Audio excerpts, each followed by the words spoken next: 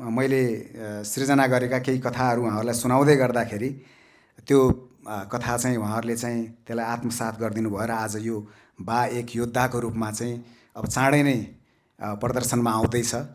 आशा छ मैले मेरा गीत सङ्गीतहरूमा जसरी यहाँहरूले चाहिँ मलाई साथ दिनुभयो, हौसला दिनुभयो, माया दिनुभयो, त्यस्तै साथ र हौसला माया चलचित्र बा एक योद्धा मार्फत पनि पाउनेछु भन्ने मैले आशा राखेको छु। एकदमै यहाँहरूको साथ सपोर्ट रहनेछ भन्ने कुरामा म विश्वस्त छु र यो चलचित्रमा मलाई अहोरात्र साथ दिनुहुने मेरा प्राविधिक साथीहरू सम्पूर्णमा म एकमुष्ट नमन गर्न चाहन्छु। उहाँहरूप्रति एकदम आभार प्रकट गर्न चाहन्छु र मैले जुन सृजना एउटा कथाको रूपमा मैले एउटा निर्जीव कथालाई चाहिँ एउटा सजीव बनाइदिन जुन तरिकाले मेरो कलाकार साथीहरूले भूमिका खेल्नुभयो, हजुरहरूप्रति पनि म एकदमै आभारी छु र नेपाली चलचित्रलाई चाहिँ हामी सबैले माया गर्नुपर्छ।